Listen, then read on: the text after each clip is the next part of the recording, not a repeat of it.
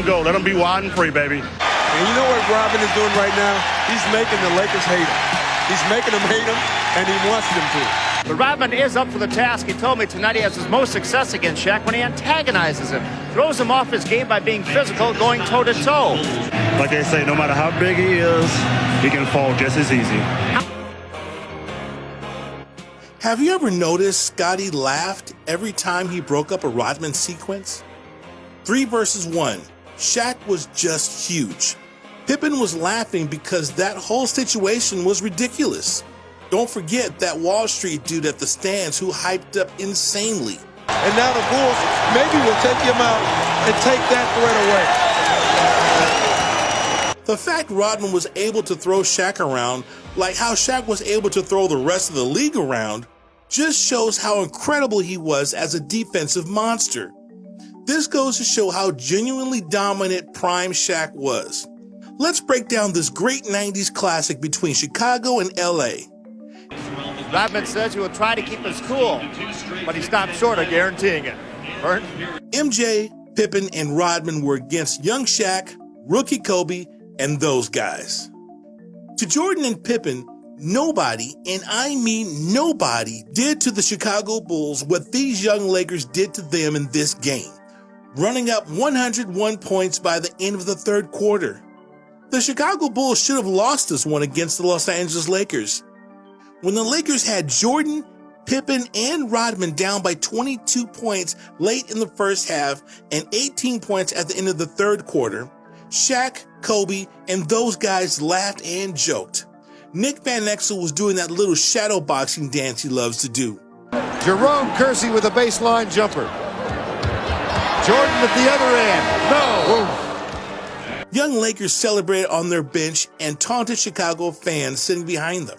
Chicago started the game without the required fire, allowing the Lakers to dominate inside and outside, preferring to whine about the officiating while Nick Van Exel and Eddie Jones were streaking in for layups. Jerry West and the Buss family built a young team that played attentive defense, forcing the Bulls to let centers Bill Wennington and Robert Parrish shoot, often keeping Jordan and Pippen so quiet on offense that you hardly knew they were there. Even the rookies took it to the Bulls, with 18-year-old Kobe Bryant putting himself right in the superstars' faces and Derek Fisher draining a jumper with Randy Brown hanging over him. Dennis Rodman seemed the most disinterested of the Bulls, playing indifferent defense on Eldon Campbell and fuming at the refs, once needing Jordan to put himself between Rodman and one of the refs. Remember those days? Rodman could turn a tiny peak into a massive rage instantly. Shot. Loose ball foul on Rodman. Bill Wennington and O'Neal was like a tissue on a sneeze.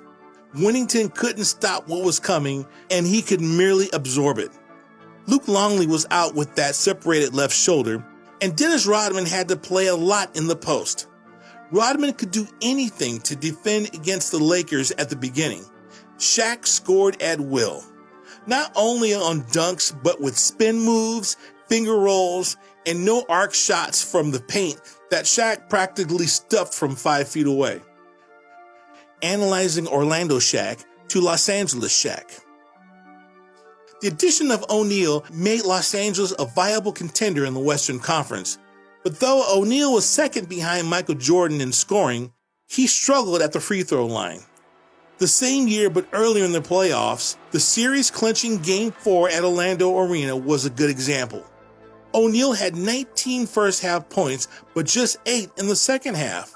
It had nothing to do with the hack-a-Shaq defensive philosophy the Bulls employed in the past, simply putting O'Neal on the line where he is one of the worst in the business.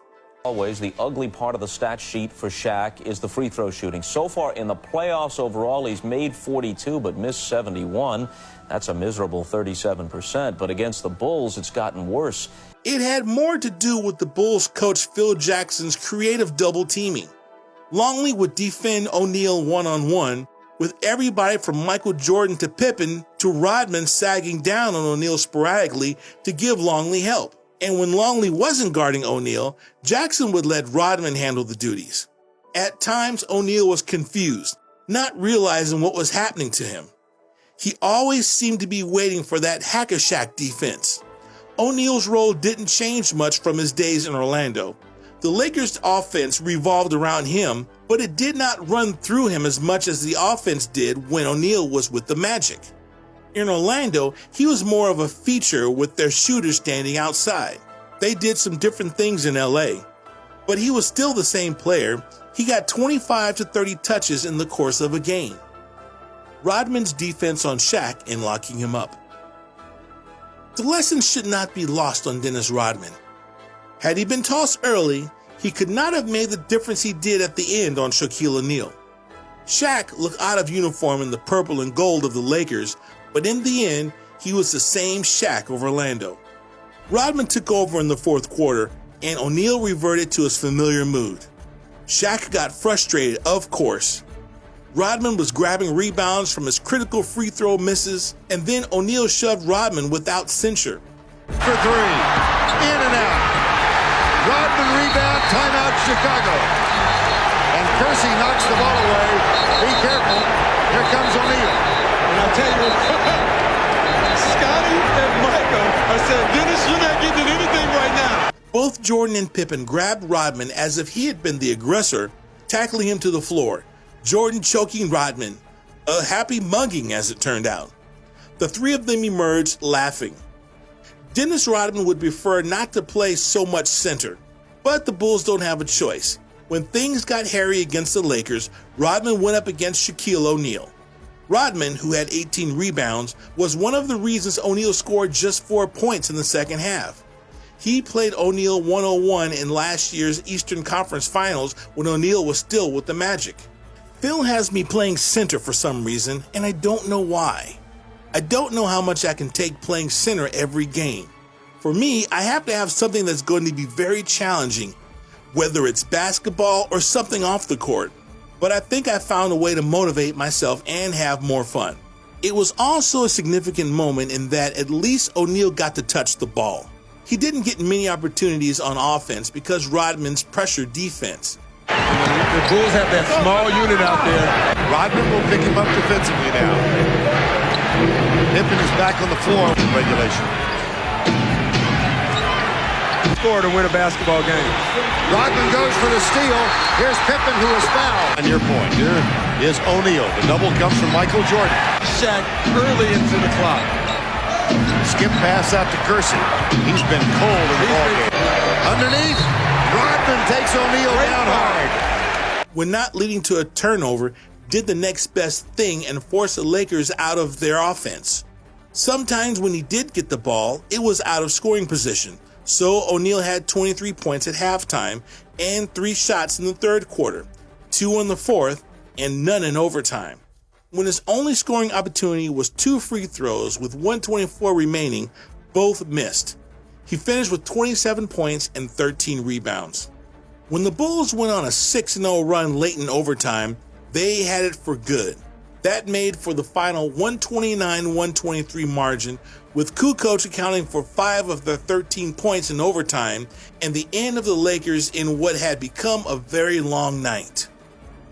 How did Rodman find a motivation to stop Shaq? His suspensions, of course. Before the game, Dennis Rodman said that he probably would file a grievance against the Bulls over a 2-game suspension.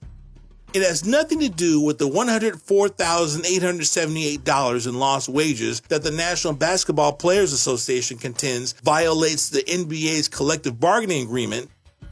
The agreement says players can be fined no more than $25,000, and it has nothing to do with the Bulls, who suspended Rodman before the league could punish the veteran forward for his expletive-laden tirade more than a week ago.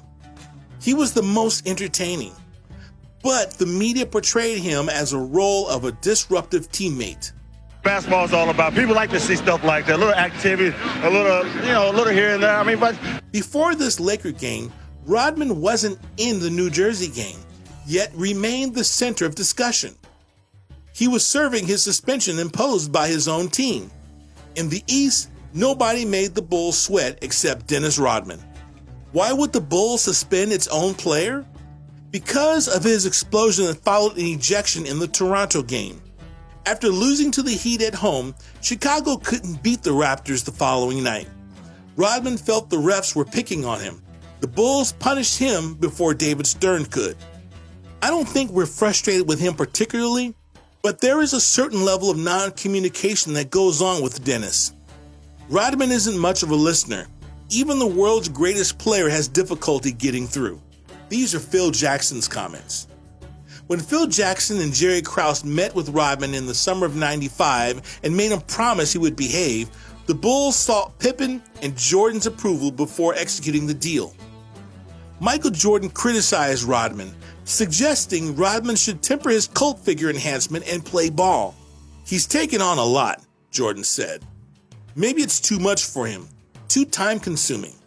I've got a lot going on, more than I've ever had to deal with, but this is the first time Dennis has had to deal with it."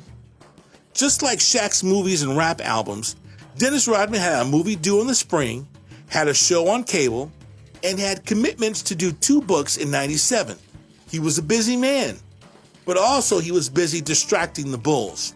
The ejections, headbutts, and fines came after. 2 years earlier, he personally destroyed the Spurs in the playoffs. The Bulls had far more talent than the Spurs ever had, but whether they were strong enough to survive a Rodman rebellion in the postseason was a question they'd instead not answer. Could Rodman join Dean Smith and go down as a second man to stop Michael Jordan, right? The Bulls could not control Rodman. They could only hope his behavior was linked to boredom, that the playoffs would summon the rebounder and suppress the rebel. "He's independent," Jordan said. "I feel very reluctant to step into his world or crowd him. I want him to make his own choices." Rodman was going at the league, the refs, everyone. "They're just watching me. If I threw a punch just one time, then I'd have a reason to get suspended or fined. I'm not going to fight for the money. Instead of giving it to the NBA, I'd rather give it to people who need it. I'm just going to fight for the fact that I think the league is messing with me."